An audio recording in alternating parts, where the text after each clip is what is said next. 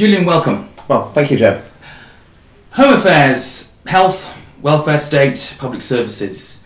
What are the Liberal Democrats going to bring to that forum if they gain power? Well, I mean, we think they're all very important. Those liberal ideas are involved in setting up most of them, if you look at the history.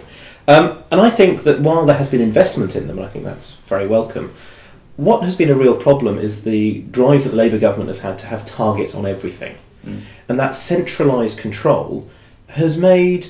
Firstly, it means you have to hire lots of people to run everything, and those people are not contributing to the services. But it also means that the people actually delivering services don't have power over what they're doing. So head teachers receive thousands and thousands of pages of instructions on what to do, and that's all time they're not spending running their school. And that's true in all of these areas. The NHS, there are now, I think, 17,000 people working for NHS quangos. If you take the Strategic Health Authority, for example, most of the doctors I talk to say that their lives would be much easier if it just didn't exist. That it plays various roles in coordinating. I think, well, I can just talk to that person, we can coordinate, we don't need to have all this framework. And so what we would do is about empowering people. It's a very liberal philosophy. Let the people who know what they're doing get on with things. Don't set centralised targets, which simply don't work. Let people get on with things. They can then do them better and cheaper. And that's surely what we want.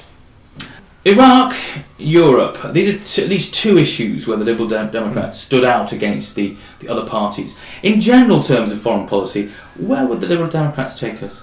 Well, I mean, first I think we're very proud to say what we believe in. I'm very proud that we were the only party that stood up against the Iraq war. I was one of many who marched about it, but we stood up. Charles Kennedy did that. It was very, very clear. And I think that's the right thing to do. I think where we are is saying that we want to see solutions, and just as I want to see us empowering people locally, I want to see us empowering people in other countries, so that we reach solutions that are what they want, which may not be what we want, but it's what those people locally want. So if you take Iran, for example, there are lots of young people there who don't support their regime. It's actually got one of the most active blogging communities in the whole world. It's a really dynamic place. And we should be working with those people to achieve the aims that they're looking for, rather than doing what may well happen under either Labour or the Conservatives and go in all guns blazing, show that we haven't learned the lessons of Afghanistan, Iraq or anything else. Okay. An extension to foreign policy, the global economic policy and how it impacts on the UK economy and the fact that we are meant to be coming out of a recession. How can you guarantee that the Liberal Democrats will secure that recovery and ensure that the UK's economy will continue to grow? Well, I think one of the things that we have to do is to cut back the deficit, but we have to do that when it's possible to do so. So in the first year of a Lib Dem government, and with the polls where they are, it's now nice to be able to say that we really could have a Lib Dem government, we would do an investment programme where we would invest, for example, in green infrastructure. So we've identified £3.1 billion which we put into 100,000 jobs in the green sector, largely. There's a number of schemes there, but one, for example, is putting £400 million to convert the dockyards, which are starting to sit very underused, into places where they can make offshore wind turbines. So we get energy, it's good investment, it provides jobs, it gets the economy going.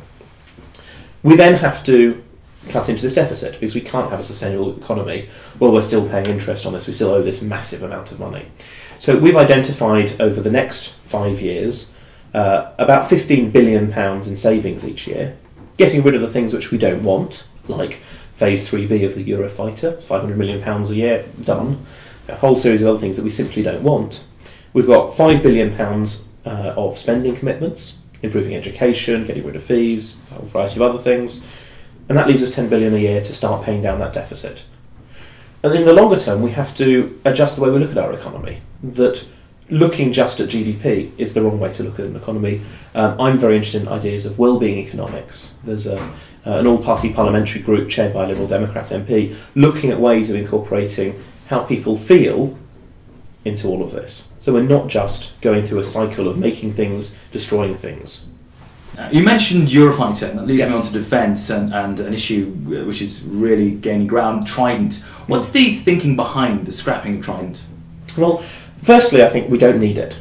The Cold War's over, although Cameron seems to think we might need Trident in order to be able to nuke China, Iran. I can't see how that's going to play.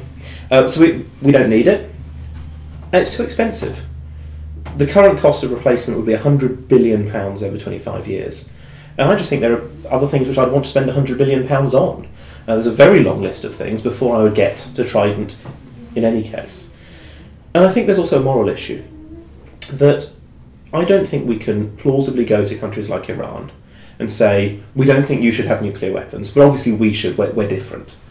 I think it would be much easier to say, we don't think we should have them, we don't think you should have them, we don't think anyone else should have them. It has that ring of honesty.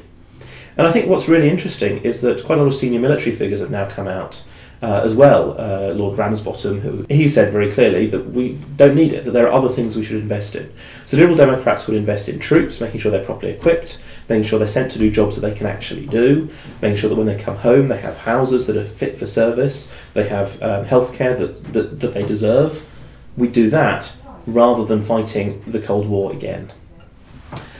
On to another subject more closer at home, crime. People have often said that the liberal ethos coming out of the Liberal Democrats can be seen to be soft on crime. How do you counter that impression? It's simply not true, because what we are about is evidence-based ideas. We're about doing things that work. And the fact of the matter is that although Labour and the Conservatives spent many, many years bargaining each other up, who can be tougher and who can be tougher, that doesn't actually reduce crime. If you take, for example, short-term jail sentences, young men who go to jail for less than 6 months, when they come out, there's a 97% chance that they reoffend. It's huge. What we're doing is we're teaching them how to commit more crimes. It's just not worth doing. So I think we take a very different approach. I've been working with a professor of criminology, Larry Sherman, here in Cambridge, who's a world-renowned expert, to look at actually what works and what doesn't work. So I'm very supportive of techniques like restorative justice, where for minor crimes, and obviously major crimes are different, but for minor crimes, you bring the offender into contact with the victim of a burglary, say. And they talk to each other and find out what it was like. And the mental effect of that has now been well studied. What you find, it's really effective at reducing future criminality, much, much more effective than prison. It's a lot cheaper, which is quite a good thing. We don't have to build more prisons. And the victims like it. They prefer to go through this process than to see the person do a few months in jail and then come out and keep going. So we have to use techniques like that. Obviously you're the party candidate for the Liberal Democrats, but what about the man himself? What makes you tick? What are your passions? What drives you? Well, there are really four values that get me going. So one is liberalism, and I'm a real gut liberal. And so, for example, I'm on the National Council of Liberty. So I work with Shami Chakrabarti to look at a whole range of things that are happening with ID cards, DNA database, all of that collection. And so I really am very concerned about human rights, civil liberties. I'm also very much an environmentalist. I was one of the people who wrote the Lib Dem environment policy in 2007, which Tony Juniper, who's now the Green candidate here, praised as being extremely progressive at the time. He's a bit more cautious now because he's a candidate, but that's what he said then. And that commits Britain to being carbon neutral by 2050 in a whole range of very sensible measures, some technology, some about changing people's lifestyles and engaging people in that rather than forcing it on them. I'm very international. So my interest really came in politics from an interest in the UN and human rights. So I set up Model United Nations Society here at Cambridge. I still run a small charity on that. I've also worked for the OECD on education policy. I have a real interest in this sort of international issue. And then the last thing that really drives me is a passion for social justice. When I see things that are so unequal, and in Britain they are increasingly unequal, I have to do something about it. So those are some of the things that drive me. Otherwise, it's about spending time with my girlfriend, going for long-distance cycle rides, cooking. I did a chef's course last year. Those are things that keep me sort of going and human, but those values are really the passions behind it. Julian, thank you very much for your time. Well, thank you very much, Joe. And good luck on May the 6th. Thanks a lot. Thank you.